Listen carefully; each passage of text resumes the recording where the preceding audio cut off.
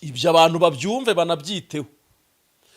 Uyu munsi tuza abantu bagiye bakora ubukwe batwite, ariko 98% yabo bose ingo zarasenyutse.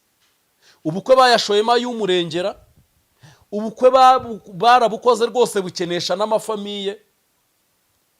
Izina Vestine afite kumuku $30,000 by'amadolari. Nkwibutse ko ubwabyo ubwo bukwe ni amakuru mfite suko buzabera iriya kubirwa bya Mayotte, aho ngaho amatike azahagendera nibiki. Yewe bazasigayo tarani bayaheregeza. Mutarani huya abazajyayo ni bakeya beza. Ubu ntabwo ari bwa bukwe ngo nyirasenge wo kwa nyirakuru wabo ngo yaje ngo agiye kugira icyo avuga. Oya, ubu ni bwa bukwe buzamo papa, mama, anti. Ndabifata mu buryo bubiri n'abandi bantu. Uburyo bwa mbere